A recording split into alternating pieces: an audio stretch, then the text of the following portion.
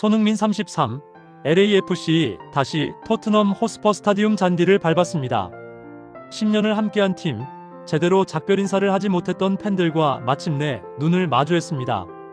손흥민은 10일 한국 시간 영국 런던의 토트넘 호스퍼 스타디움에서 열린 토트넘 호스퍼와 슬라비아 프라하 체코이 2025 시즌, 2026 시즌 유럽 축구연맹 UEFA 챔피언스리그 리그 페이지 6차전 킥오프를 앞두고 그라운드의 모습을 드러냈습니다. 지난 8월 한국에서 열린 뉴캐슬 유나이티드전 직후 미국 메이저리그 사커 MLS LAFC 이적을 확정한 뒤 곧장 미국으로 떠났던 그는 당시 토트넘 홈팬들과 정식 작별 인사를 나눌 시간이 없었습니다. 이별은 늘 마음에 남았습니다. 손흥민은 런던으로 돌아가 팬들에게 직접 인사를 전하고 싶다라고 공개적으로 약속을 했고 시즌이 잠시 숨을 고르는 시점에 그 약속을 지키기 위해 런던으로 향했습니다. 토트넘은 지난 3일 구단 홈페이지를 통해 손흥민의 방문 계획을 알리며 클럽을 떠난 뒤 처음으로 토트넘 호스퍼 스타디움을 찾을 것이며 프라하와의 챔피언스리그 경기에서 팬들과 인사를 나눌 것이라고 예고했었습니다. 토트넘은 단순한 초청 행사가 아니라 유산을 준비했습니다. 구단은 홈구장 앞 토트넘 하이로드 인근 건물 외벽에 손흥민을 주제로 한 대형 벽화를 제작했습니다.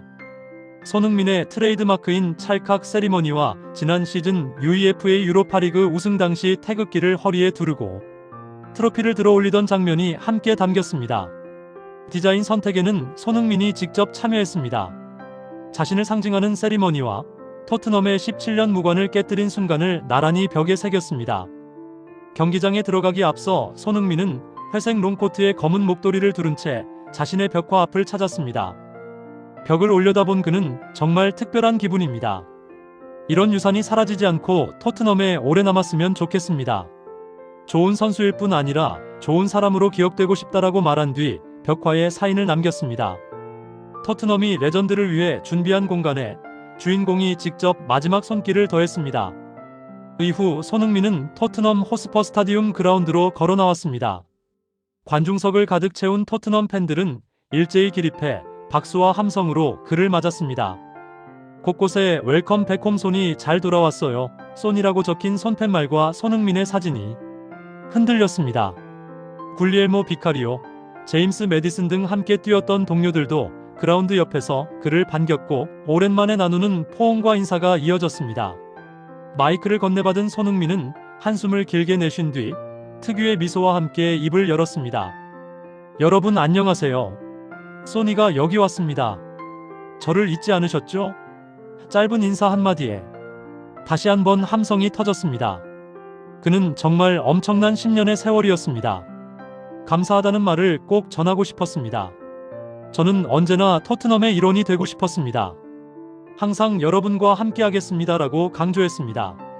말을 이어가던 손흥민은 잠시 목이 메인 듯 숨을 고른 뒤 토트넘 호스퍼 스타디움을 바라보며 솔직한 마음을 털어놨습니다. 이곳은 언제나 저에게 집과 같은 곳입니다. 여러분을 절대 잊지 않겠습니다. 언제든 LA를 방문해 주십시오. 여러분을 사랑합니다. 그가 마지막 말을 마치기도 전에 관중석 곳곳에서 다시 손흥민을 연호하는 소리가 울려 퍼졌습니다. 공식 순서도 준비되어 있었습니다. 구단의 또 다른 레전드이자 상징적인 수비수였던 레들리 킹이 그라운드로 나와 손흥민 앞에 섰습니다. 킹은 토트넘 엠블럼인 수탉을 형상화한 트로피를 직접 건네며 그를 힘껏 끌어안았습니다. 손흥민은 고개를 숙여 감사 인사를 전했고 토트넘 팬들은 다시 한번 기립박수를 보냈습니다. 한 시대를 함께한 선수와 클럽, 그리고 팬들이 공식적으로 작별을 확인하는 순간이었습니다. 손흥민이 토트넘에서 남긴 족적은 수치만으로 설명하기 어렵습니다. 2015년 8월 레버쿠젠을 떠나 토트넘 유니폼을 입은 뒤 10년 동안 공식전 454경기를 소화하며 173골을 기록했습니다. 클럽 역대 최다 득점 5위에 이름을 올렸고 2021 시즌, 2022 시즌에는 무함마드 살라와 함께 23골로 프리미어리그 공동 득점왕에 오르며 아시아 선수 최초 프리미어리그 득점왕이라는 이정표도 세웠습니다. 2019년 벌리전 원더골로 푸스카스상을 수상한 장면 역시 토트넘 유니폼을 입고 나온 장면이었습니다. 무엇보다 토트넘이 2008년 이후 처음 들어올린 트로피의 중심에 손흥민이 있었습니다. 지난 시즌 UEL에서 주장 완장을 차고 팀을 우승으로 이끌었고 우승 세리머니에서 태극기를 허리에 두른 채 트로피를 높이 들어 올렸습니다. 그 사진은 한국 축구의 상징적인 장면으로 남았고 이번에 토트넘 하이로드 벽화의 한가운데를 차지했습니다. 그렇게 손흥민은 이제 LAFC 선수로 새로운 커리어를 이어가고 있습니다. 작별 인사를 하지 못해 마음 한켠에 남아있던 미완의 이별은 벽화와 트로피 그리고 6만여 팬들의 박수 속에서 비로소 완성됐습니다. 그가 남긴 말처럼 토트넘 호스퍼 스타디움은 앞으로도 손흥민에게 집으로 남을 것입니다. 그리고 런던 하늘 아래 새겨진 한 장의 벽화는 클럽 역사에서 가장 사랑받은 공격수 중 한 명이 남긴 10년의 시간을 대신해서 영원히 그 자리를 지킬 것입니다. 또 한편 손흥민은 무자비했다고 평합니다. 토트넘 부진의 손업적 재평가. EPL 10시즌 중 8시즌 두 자릿수 골 미친 기록 재조명. 손흥민만한 공격수를 찾기 힘든 건 당연한 일인 것 같습니다. 손흥민이 떠난 뒤 부진에 빠진 토트넘 호스퍼가 손흥민을 그리워할 만한 이유입니다. 프리미어리그 15경기에서 25골, 6승 3무 5패 11위에 그치는 등 공격은 물론 성적 면에서도 아쉬운 시즌을 보내고 있는 토트넘으로서는 손흥민을 그리워하고 있을 것이고 손흥민의 토트넘 단기 임대 루머가 제기된 배경도 같은 맥락입니다. 특히 토트넘의 측면 파괴력이 떨어지면서 10시즌 중 8시즌 동안 두 자릿수 골을 터뜨렸던 손흥민의 업적이 재조명되고 있습니다. 새로 영입된 모하메드 쿠두스가 손흥민과 다른 스타일로 팀의 측면 공격을 이끌고 있기는 하나 효율성을 따지면 필요할 때마다 득점을 책임졌던 손흥민의 얼굴이 떠오른다는 것입니다. 영국 매체 이브닝 스탠더드는 9일 한국 시간 토트넘이 시즌 초반 삐걱대고 있는 가장 큰 이유로 빈공을 꼽았습니다. 데안 쿨루세브스키와 제임스 매디슨, 도미닉 솔랑케가 부상을 당한 데다 손흥민이 떠난 상황에서 득점을 해줄 선수가 없다는 이야기였습니다. 언론은 특히 손흥민은 무자비한 효율성을 발휘하며 프리미어리그에서 보낸 10시즌 중 첫 시즌과 마지막 시즌을 제외하고 내내 두 자릿수 골을 기록했다며 손흥민의 공백을 가장 큰 이유로 지적했습니다.